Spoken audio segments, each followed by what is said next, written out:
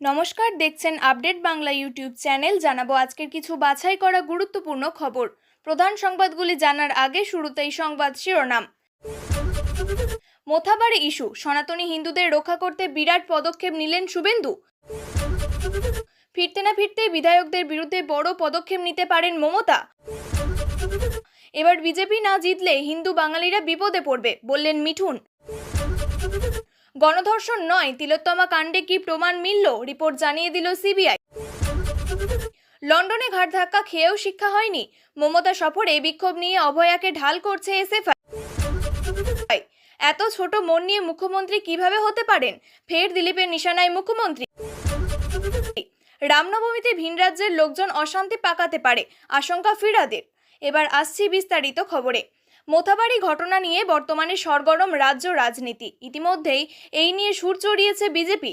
মুখ্যমন্ত্রী মমতা বন্দ্যোপাধ্যায়ের বিরুদ্ধে তোষণের অভিযোগ এনে সরব হয়েছেন বিজেপির রাজ্য সভাপতি তথা কেন্দ্রীয় প্রতিমন্ত্রী সুকান্ত মজুমদার, রাজ্যের বিরোধী দলনেতা শুভেন্দু অধিকারী। মোথাবাড়ি কাণ্ডে ইতিমধ্যেই রাজনীতির ছোঁয়া লেগেছে। গতকাল রাত্রে নিজের সমাজ মাধ্যমে একটি ভিডিও শেয়ার করে রাজ্যের মুখ্যমন্ত্রী এবং তৃণমূল সরকারকে আক্রমণ শানান নন্দীগ্রামের বিজেপি বিধায়ক। তিনি লেখেন, তোষণবাজ মুখ্যমন্ত্রী রাজ্যের হিন্দুদের অস্তিত্ব বিপন্ন করে তুলছেন। মালদহ জেলার মোথাবাড়ি এলাকায় বেছে বেছে হিন্দুদের দোকানপাট ভাঙচুর ও লুট করা হচ্ছে। মূল রাস্তা দখল করে জেহাদিরা যথেচ্ছাচারভাবে কিভাবে গাড়ি ভাঙচুর করছে দেখুন। জেহাদিদের সামনে পড়ে নিধিরাম সর্দারের ভূমিকায় অবতীর্ণ হওয়া মমতা পুলিশকে দেখুন, হাত জোর করে যেন করুণা করে প্রার্থনা করছেন। এখানেই না থেমে শুভেন্দু আরও লেখেন, সংখ্যালঘু তোষণ করতে করতে গ্রেটার বাংলাদেশে ব্লুপ্রিন্ট ক্রমশ বাস্তবায়ন করার পথে এগিয়ে চলেছে তোলামূল সরকার। তবে আমিও প্রতিজ্ঞা করলাম, এর শেষ দেখে ছাড়ব। আইনি পথে যেমন হাওড়া, শ্রীরামপুর, ডালখোলা, খিদিরপুর, রিষড়া, সেমিনপুরে জেহাদিদের বাগে এনেছি, ঠিক একইভাবে এদেরকেও শিক্ষা দেব। গতকাল রাতে মোথাবাড়ির ভিডিও শেয়ার করে এমনটাই লিখেছেন শুভেন্দু। এবার জানা গেল এই ঘটনায় রাজ্যপালকে চিঠি দিয়েছেন তিনি। পরবর্তীতে এই ইস্যু কোন দিকে মোড় নেয় সেটাই এখন দেখার বিষয়। তৃণমূল কংগ্রেসের সভাপতি তথা পশ্চিমবঙ্গের মুখ্যমন্ত্রী মমতা বন্দ্যোপাধ্যায় শুক্রবার লন্ডন থেকে ফিরছেন। আর তার এই সফরে এখানে কিছু বিশৃঙ্খলা থাকলেও ফিরেই তাকে একটি জরুরি বিষয়ের মুখোমুখি হতে হবে। দলের বিধায়কদের শৃঙ্খলা কিভাবে ফিরিয়ে আনা যায় সেই বিষয়ে। মমতার লন্ডন সফরের সময় তিনি অক্সফোর্ড বিশ্ববিদ্যালয়ে বাংলার উন্নয়ন মডেল নিয়ে বক্তৃতা দিয়েছেন, কিন্তু দেশে ফিরেই তাকে এই অভ্যন্তরীণ সংকটের মুখোমুখি হতে চলেছে। শনিবারের বৈঠকে এই বিষয়ে কি সিদ্ধান্ত হয় তা দলের ভবিষ্যৎ কৌশল এবং শৃঙ্খলার উপরে প্রভাব ফেলবে। বিধায়কদের মধ্যে কেউ কেউ তাদের অনুপস্থিতির জন্য নানান অজুহাত দেখাচ্ছেন। কেউ বলছেন তারা নির্বাচনী এলাকায় জরুরি কাজে ব্যস্ত ছিলেন, কিন্তু দলের নেতৃত্ব এই অজুহাত সন্তুষ্ট নয়। একজন নেতা বলেন, নির্বাচনী এলাকায় কাজ করা গুরুত্বপূর্ণ, কিন্তু বিধানসভায় উপস্থিতি একজন বিধায়কের প্রথম দায়িত্ব। এই ঘটনা তৃণমূলের জন্য একটি শিক্ষা হতে পারে। আগামী দিনে দলকে আরও কঠোর নিয়ম এবং তদারকির ব্যবস্থা করতে হতে পারে। মমতার নেতৃত্বে দলটি কিভাবে এই সংকট মোকাবিলা করবে তা রাজ্যের রাজনীতিতে গুরুত্বপূর্ণ ভূমিকা পালন করবে।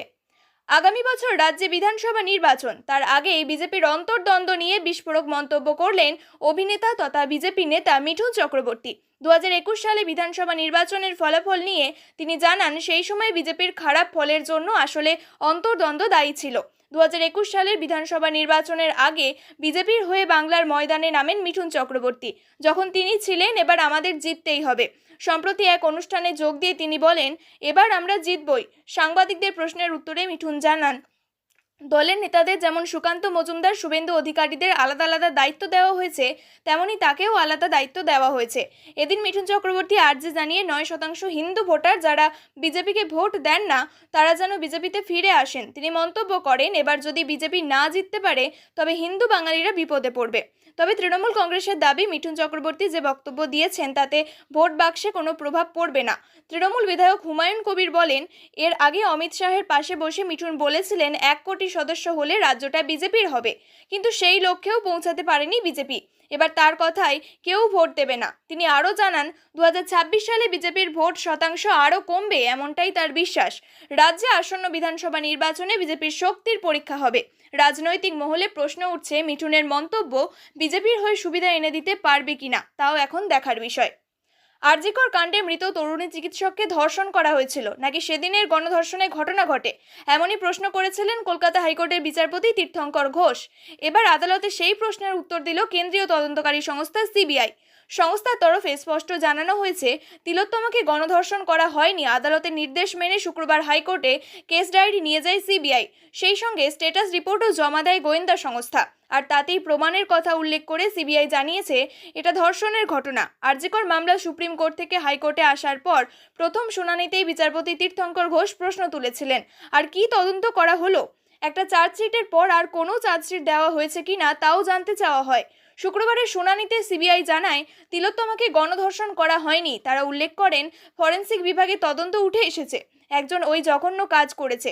এতদিন বিচারপতি ঘোষ বলেন, আমি জানতে চাই, যদি গণধর্ষণ হয়ে থাকে তাহলে কি তদন্তে কারোর নাম আসছে?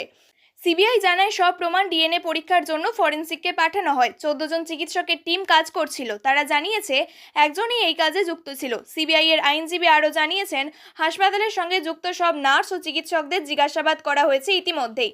এরপর বিচারপতি জানতে চান, যদি তাই হয় তাহলে এখন তারা কি করছে সিবিআই?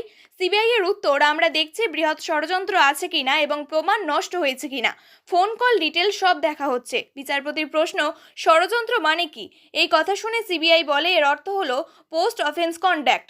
অক্সফোর্ডে মুখ্যমন্ত্রী মমতা বন্দ্যোপাধ্যায়ের ভাষণ পণ্ড করার অপচেষ্টা ব্যর্থ।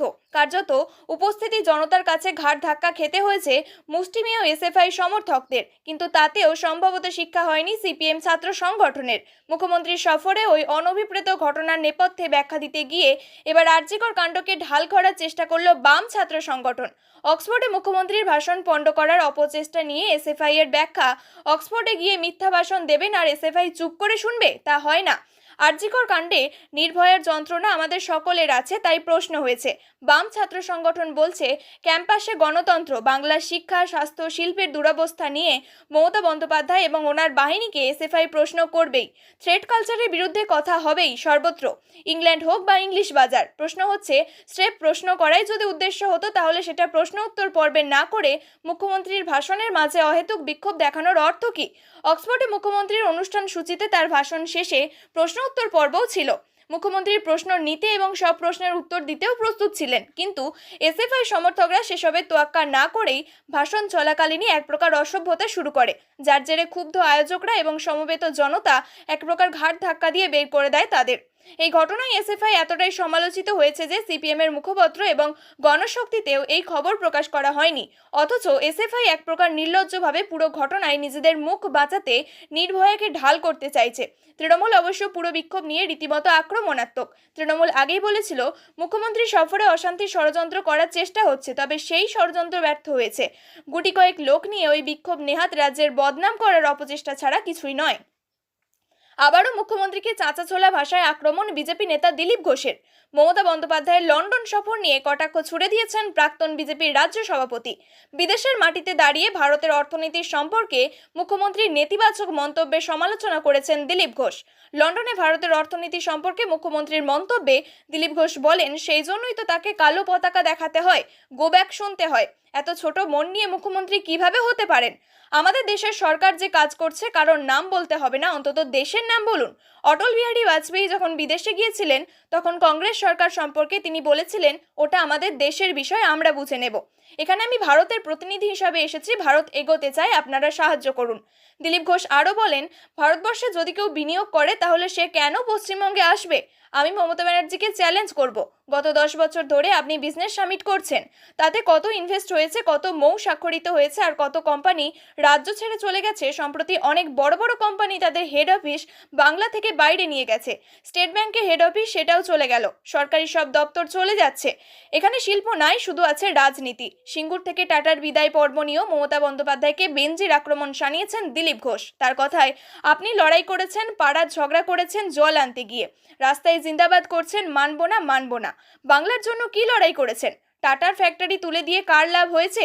আপনি ক্ষমতায় এসেছেন, তার পরিণাম এখনকার মানুষকে 15 বছর ধরে ভুগতে হচ্ছে। আর সেই টাটার অভিজ্ঞতা থেকে সমস্ত কোম্পানিরা বুঝে গেছে বাংলা বিনিয়োগের জায়গা নয়, এখানে ধন যাবে, মান যাবে, এমনকি প্রমাণটাও যাবে। এটাই আপনার কৃতিত্ব।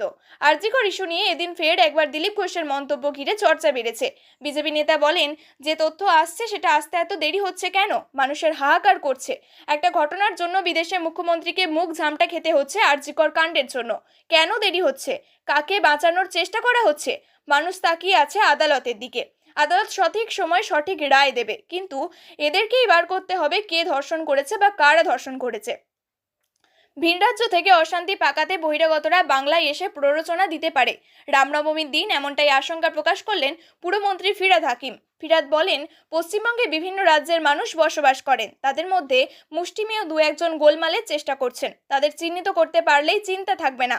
রামনবমীর দিন প্রতিবছর মুখ্যমন্ত্রী মমতা বন্দ্যোপাধ্যায়ও এবং তিনি রাত জাগেন বলেও এদিন তিনি জানান ফিরহাদ। রামনবমীকে সামনে রেখে ভোটের আগে বিজেপি হিন্দুত্বের হাওয়া তোলার চেষ্টা করবে, সেই মতোই তারা পরিকল্পনা করেছে। আরএসএস এর তরফেও বিজেপিকে পুরো শক্তি নিয়ে মাঠে নামার নির্দেশ দেওয়া হয়েছে। কাজেই রাজ্য জুড়ে বেঞ্জির শক্তি প্রদর্শনের পরিকল্পনা করে নিয়েছে বিজেপি। পুরমন্ত্রী ফিরহাদ হাকিমের কথায়, রামনবমীতে কিছুই হবে না। আমরা বাংলার মানুষ, রামকৃষ্ণের যত মত তত পথে বিশ্বাসী। বাংলায় সাম্প্রদায়িক রাজনীতি চলে না। ফিরহাদের কথায়, অমিত শাহরা বাংলার পদ্মফুল ফোটার আশা করেন। যতদিন ধর্মীয় রাজনীতি করবে তারা বাংলায় কোনো দিন আসবে না। এদিকে অস্ত্র নিয়ে রামনবমীর মিছিলে ইস্যুতে প্রশাসনের ঘাড়ে দায় চাপিয়ে পিছু হটল আরএসএস। সংঘের এই প্রসঙ্গের বক্তব্য, আইন শৃঙ্খলার প্রশ্নটি যেহেতু পুলিশ প্রশাসনের দায়িত্বের মধ্যে পড়ে, ফলে এই বিষয়ে তাদের সিদ্ধান্ত শিরোধার্য। বৃহস্পতিবার এ প্রসঙ্গে এক প্রশ্নের উত্তরে রাষ্ট্রীয় স্বয়ংসেবক সংঘের পূর্ব ক্ষেত্রের সহ প্রচার প্রমুখ ডি জিষ্ণু বসু বলেন, দেশের বিভিন্ন স্থানে বিভিন্ন রীতিতে ধর্মাচরণ করা হয়, এটা পরম্পরা। এখন এ রাজ্যে পুলিশ প্রশাসন যদি মনে করেন যে রামনবমীতে অস্ত্র হাতে মিছিল করা যাবে না, সেটা তাদের সিদ্ধান্ত। বিজেপি নেতারা অবশ্য রামনবমী নিয়ে চড়া সুরে রয়েছেন। রামনবমীতে দলীয় কর্মীদের প্রস্তুত হয়ে বেরোনোর কথা বলে ফের হুঁশিয়ারি দিয়েছেন দিলীপ ঘোষও। এদিকে রামনবমী প্রসঙ্গে বলতে গিয়ে বিরোধী দলনেতা শুভেন্দু অধিকারী আবার শুক্রবার বলেছেন, পরিস্থিতি যা তাতে রাজ্য রাষ্ট্রপতি শাসন হওয়া উচিত, এটা আমার ব্যক্তিগত মত। প্রিয় দর্শক, নিয়মিত সঠিক খবরগুলি সঠিক টাইমে পেতে সাবস্ক্রাইব করুন আপডেট বাংলা চ্যানেলটিকে। ধন্যবাদ।